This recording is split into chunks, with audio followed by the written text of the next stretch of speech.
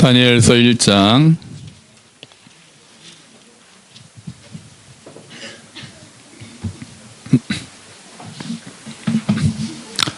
8절 9절이에요. 동화 안 찾아? 성경이 없어? 성경 좀 동화 좀 갖다 주세요. 미란이 있어? 너도 없어?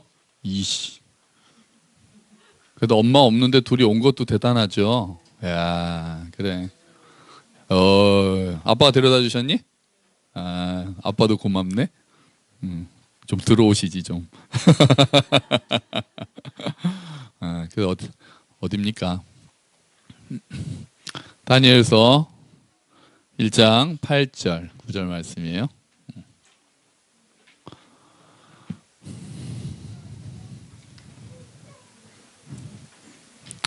구약 1231페이지쯤 있겠네요. 우리 민환이랑 동화가 찾으면 같이 읽읍시다.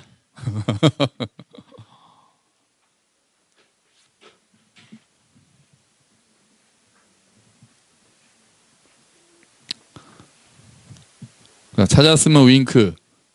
오, 옛날 유초동부 때 썼던 건데. 자, 다니엘서 1장 8절 9절 찾았죠? 자, 우리 한번 같이 읽어볼까요? 시작. 다니엘은 뜻을 정하여 왕의 음식과 그가 마시는 포도주로 자기를 더럽히지 아니하리라 하고 자기를 더럽히지 아니하도록 환관장에게 구하니 하나님이 다니엘로 하여금 환관장에게 은혜와 긍휼을 얻게 하신지라. 아멘. 할렐루야.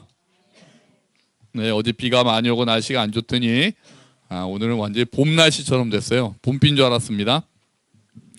다니엘서 제가 처음 설교하는 것 같아서 배경을 우리 그림과 함께 배경을 잠깐 보도록 할까요? 자, 그 이스라엘이 북이스라엘은 이미 멸망했고요. 남유다도 하나님이 막 경고합니다. 야, 너네 똑바로 안 하면 망한다. 계속 경고하시는데 말을 안 듣죠. 그래서 결국은 하나님께서 바벨론이라는 나라의 손에 넘기세요.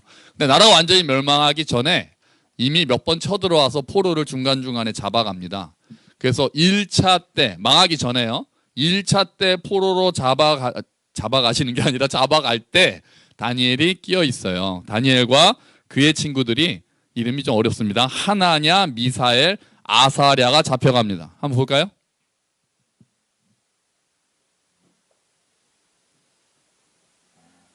볼까요? 그럼 딱 나와야 되는데. 네, 이거예요. 자, 이게 이제 잡혀가는 장면이에요. 좀 앞으로 가야 돼.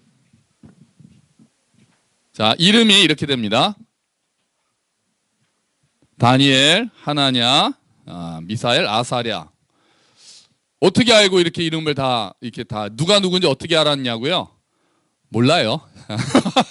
그냥 붙였어요. 그러니까 괜히 다니엘은 왠지 그 좀 리더 같잖아요. 느낌이 앞에 있으니까 다니엘하고 나머지는 이 사람이 그 사람인지 알 게 뭡니까? 그냥 했어요. 자, 그런데 이름에 뜻이 다 있어요. 자, 다니엘 이름의 뜻은 이겁니다. 참, 하나님은 나의 재판관. 하나냐의 뜻은 하나님은 은혜를 나타내신다. 미사엘은 하나님과 같은 자는 누구인가? 그리고 아사랴는 주께서 도우신다예요. 이거 너무 쓰려고 애쓰지 마세요, 학생들. 지금 열심히 막 쓰고 있는데 이거 어려워요. 그냥 몰라도 돼요. 저도 그냥 보고 쓴 거예요. 자, 그런데 느부갓네살 왕이, 바벨론의 왕이 이렇게 막 잡아왔잖아요. 잡아온 그 이스라엘, 특히 이제 왕족이나 귀족들 가운데서 야, 이 똑똑하고 좀 그런 놈들 뽑아다가 써먹어야 되겠다라고 생각을 해요. 그래서 한 3년 동안 교육시키고 나서 내가 좀 신하로 써야 되겠다라고 하는데 역시나 요 4명은 그 안에 들어갑니다.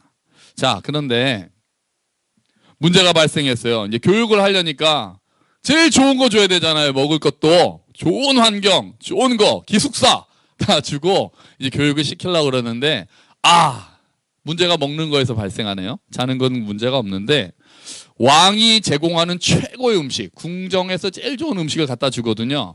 근데 거기에는 뭐가 포함되어 있느냐? 일단 뭐가 있어야 될까요? 미나니가 좋아하는 거, 동화가 좋아하는 거. 너네 뭐 좋아하지? 그거는 아직 아니고 그냥 니네가 좋아하는 거.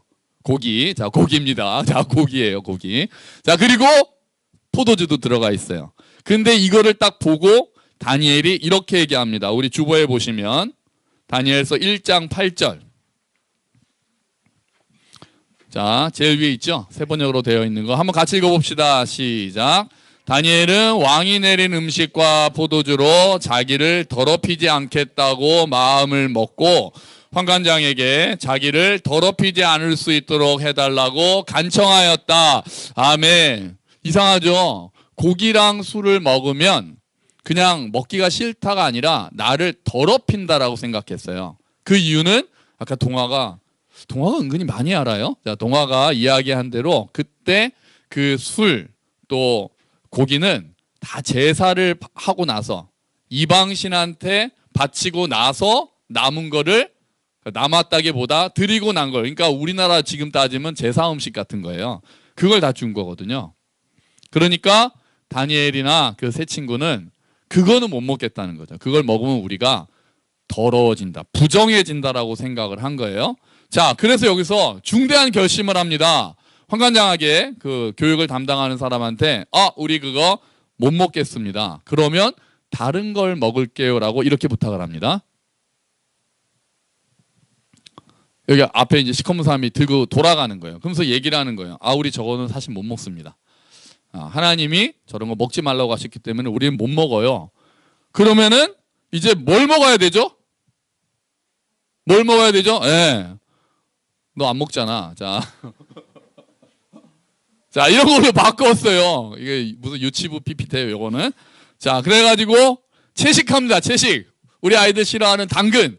저도 카레에 들어가 있는 당근 별로 안 좋아합니다. 꼭 한 개를 남겨요, 한 개. 이제 먹다가 왠지 다 먹긴 싫어가지고 꼭 한 개를 남겨요. 자, 그래서 뭐 당근, 뭐 이런 거 잔뜩 있어요. 그리고 물. 자, 이런 거를 먹으려고 합니다. 우리 그런 거 먹을게요. 그랬더니, 야, 그러면 안 돼. 지금 딴 애들은 다 고기 먹고 좋은 거 먹고 너네는 이런 거 먹으면 힘이 없고 막 이렇게 막 얼굴이 막 말라들고 그러면은 내가 왕한테 혼나. 그랬더니 다니엘이 타협안을 제시해요. 열흘 동안만 시험해 봅시다. 열흘 동안 우리는 채소랑 물 먹고 걔네는 고기랑 술 먹고 좋은 거 막 먹고 한번 열흘 후에 어떻게 되는지 봅시다. 그렇게 해요. 그리고 열흘 동안 채소만 먹습니다. 그랬더니 어떻게 됐겠습니까? 이 유치부 너무 재밌게 표현했어요. 얼굴이 막 때깔이 나고 막 빛이 났어요. 얼굴이 얼굴이 막 빛이 났어요. 이게 막 환하게 빛나고. 그러고는 또 심지어는 이제 다른 사람들하고 비교해서 이렇게 됩니다. 옆에 애들이 좀 이렇게 좀 이렇게 번들번들하죠. 막 환관장이 괜찮은데 그런데 한번 여러분 요 뒤에 있는 요 사람 보세요. 이거 그린 사람인데 고기 먹은 사람 얼굴 좀 보세요. 이렇게 도대체 무슨 고기를 먹었길래 우리 고기 좋아하는 아이들은 얼굴이 이제 뽀동뽀동 하잖아요. 그래가지고 훨씬 낫더라라는 게 요 이야기예요. 자, 근데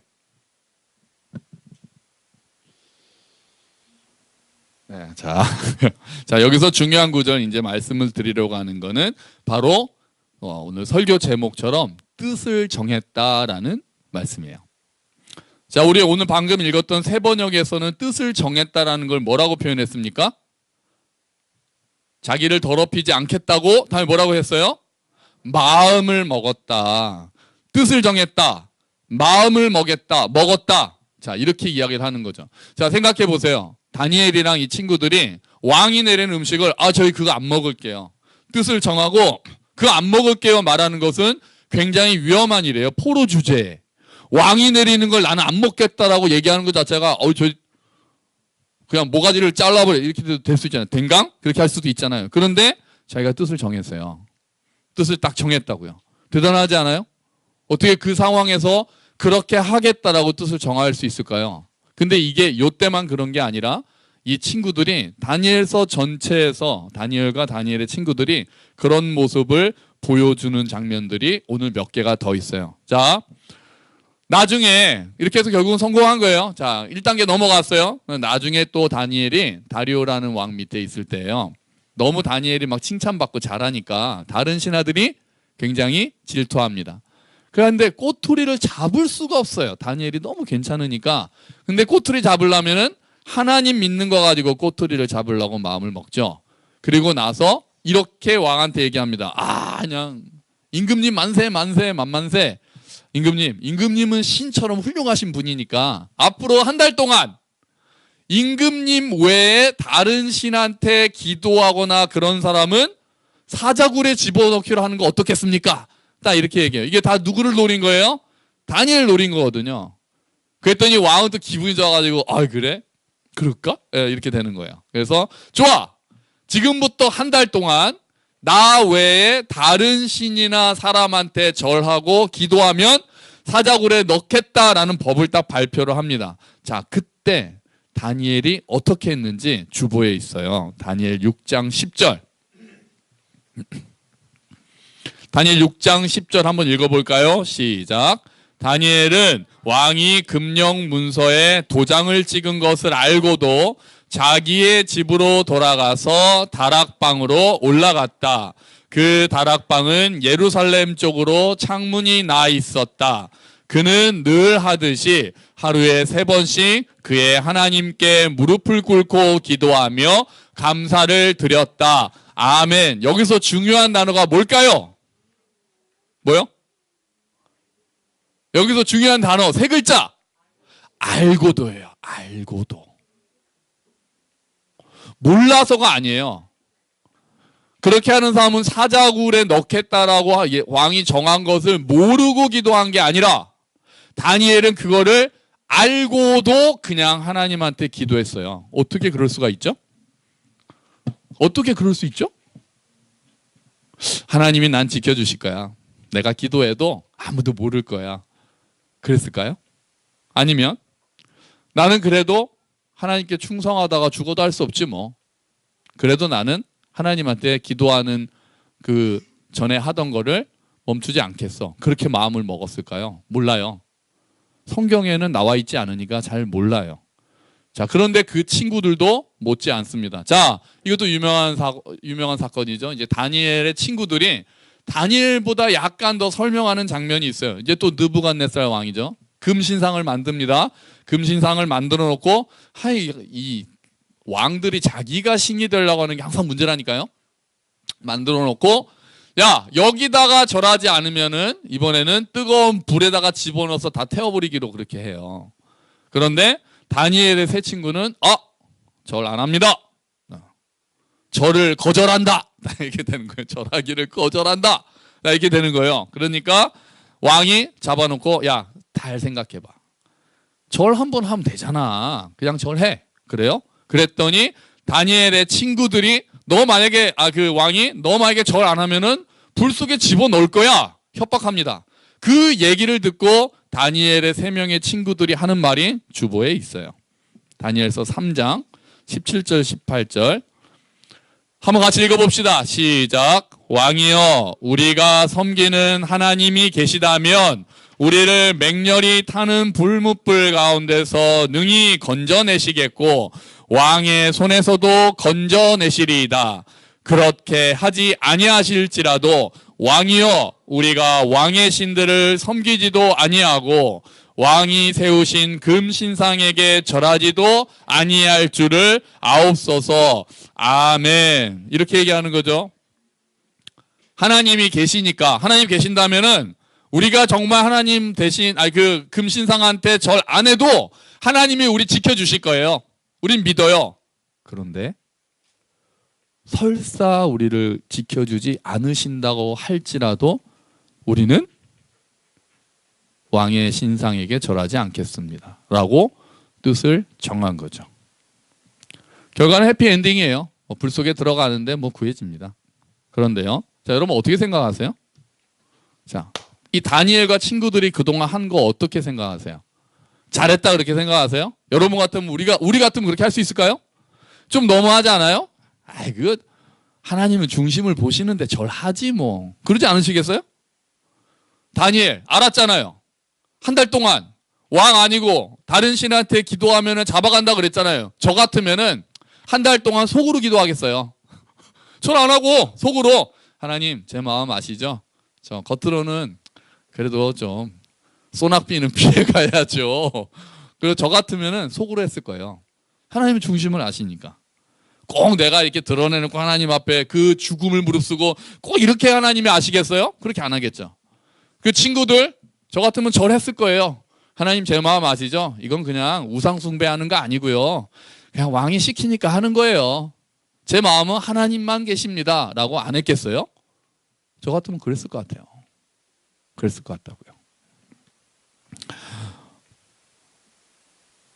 꼭 하나님이 이런 어려움 속에서도 드러내놓고 목숨을 걸고 절하고 하나님한테 기도하지 말고 그런 걸 원하시겠어? 라고 우리는 생각할 거예요.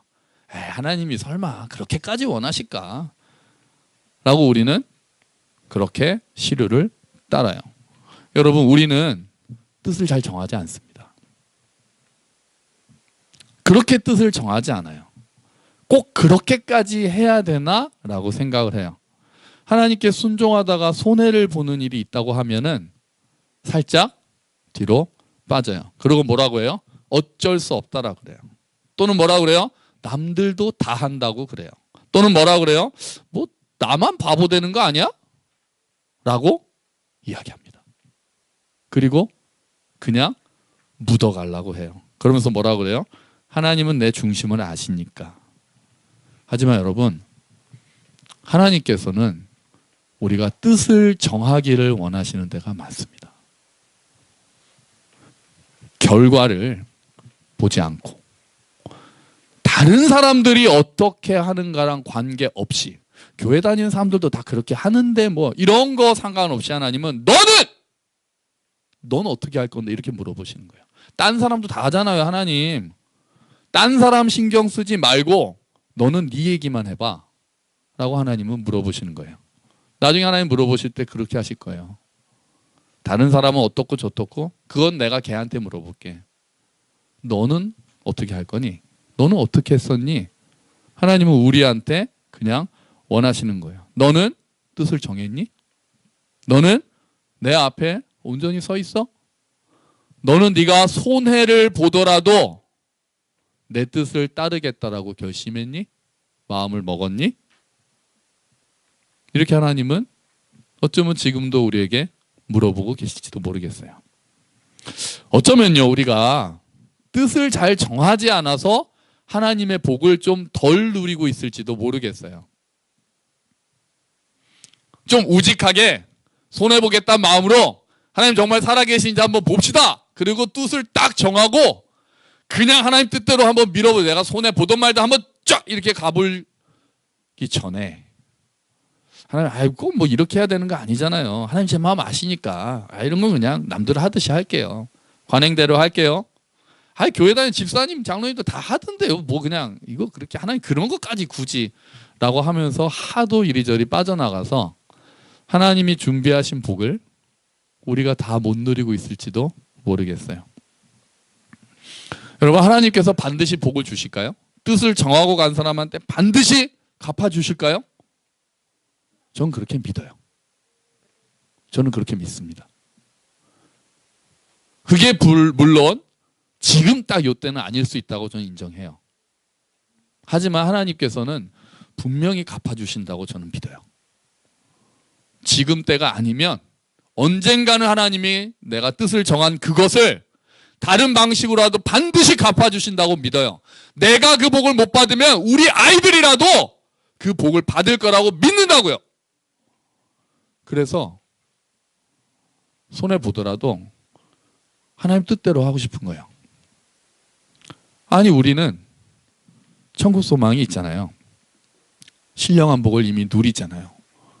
그래서 뜻을 정하겠다고.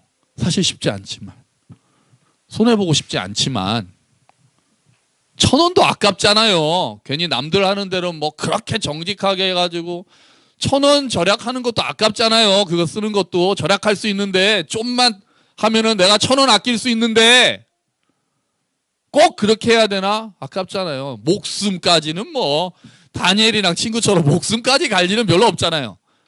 승진 못하는 거 아깝잖아요. 돈 못 버는 거 아깝잖아요. 그래서 우린 잘 안 하잖아요. 근데 하나님께서는 우리가 사소한 일의 뜻을 정하는 걸 원하고 계시는 거예요. 뭐 우리한테 누가 총 와서 너 예수님 믿을래? 십자가 밟을래? 뭐 침 뱉을래? 전설처럼 내려오는 얘기 우리가 뭐 경험할 일이 있겠어요? 그런 일은 없어야 되겠죠. 그런데 일상 가운데서 은근히 많아요. 내가 뜻을 정하고 선택해야 될 일들이 은근히 많아요. 진짜 하루하루 그때 내가 정말 하나님 앞에 서 있다면 어떻게 정해야 할까를 고민할 때가 많아요. 회사 생활하면서 많아요. 시장 가서도 많아요. 그냥 내가 거래하면서도 자녀를 키우면서도 많아요. 아이들이 어떻게 하고 있는가를 내가 하나님 앞에서 뜻을 정하고 어떻게 양육하고 훈계해야 될 것인지, 아니면 그냥 보고 눈 감고 넘어가야 될 것인지, 물건 하나를 그냥 길거리에 주워도 이걸 어떻게 해야 될 것인지 우리가 굉장히 싸워야 되는 순간들이 많아요. 그럴 때 우리가 뜻을 정하지 않고 그냥 아무 생각 없이 남들 하는 대로, 이전에 하던 대로 그냥 그렇게 간다면 우리는 하나님 앞에 죄송한 거예요. 우리가 잘못 적용하는 예수님의 말씀이 있어요. 읽어볼까요? 자, 시작. 뱀처럼 지혜롭고 비둘기처럼 순결하라. 자, 이거 우리는 이제 순결은 잘 안 보고 위를 봐요. 예수님도 뱀같이 지혜로우라고 하셨잖아. 그렇게 그냥 무식하게 믿고 좀 이렇게 하지 말고 지혜롭게 하자고 라고 얘기를 해요. 근데 이게 그런 뜻일까요? 잔머리 굴리라는 뜻일까요? 타협하라는 뜻일까요? 아니에요. 복음을 전할 때 너희가 위험한 상황이 많을 거야. 그리고 사람들이 안 받아들일 거야. 내가 너희 보내는 게 양을 이리떼 가운데 보내는 것처럼 참 마음이 아프구나. 그러니까 지혜롭게 잘 해라. 복음을 지혜롭게 전해라. 잘 듣지 않을 사람들한테 지혜롭게 전해라. 하지만 순결해야 된다. 예수님 그렇게 말씀하신 거예요. 근데 우리는 이거를 타협하라는 변명거리로 삼아요. 그렇게 너무 이렇게 하지 말고 좀 이렇게 빠져나가고, 우리가 그렇게 할 때가 많다는 거예요. 여러분, 뜻을 정하는 게 쉬울까요? 아니에요. 쉽지 않아요. 목숨을 거는 일 아니어도 내가 요만한 손해보는 것도 힘들어요. 그렇잖아요. 뜻을 정하는 것은 굉장히 어려운 일이에요. 바보 소리 들을 수 있어요. 사람들한테 뭐 꼭 그렇게까지 해야 되냐? 교회 안에서조차 그런 얘기 들을 수 있어요. 내가 손해를 감수해야 될 수도 있어요. 아주 작은 손해일 수도 있고 생각보다 큰 것들을 포기해야 될 수도 있어요. 큰 돈일 수도 있고 큰 기회일 수도 있고 우리가 포기해야 되는 것들이 있을 수도 있어요. 하지만 저는 믿습니다. 우리가 뜻을 정할 때 하나님께서 그 뜻을 보시고 우리에게 복으로 갚아주실 줄 믿습니다. 하늘에서 상급이 있을 것이고 이 땅에서도 우리에게 하나님께서 복으로 갚아주시고, 진짜 아까 말씀드린 대로 우리의 자녀들에게라도 하나님이 복으로 갚아주실 것을 믿습니다. 여러분, 우리 뜻을 정합시다. 말씀에 순종하겠다고 결심합시다. 우리의 결심이 너무 약하니까, 우리는 늘 실수하니까, 우리는 또 낙심하니까, 늘 넘어지니까 하나님, 우리의 마음을 지켜달라고 기도합시다.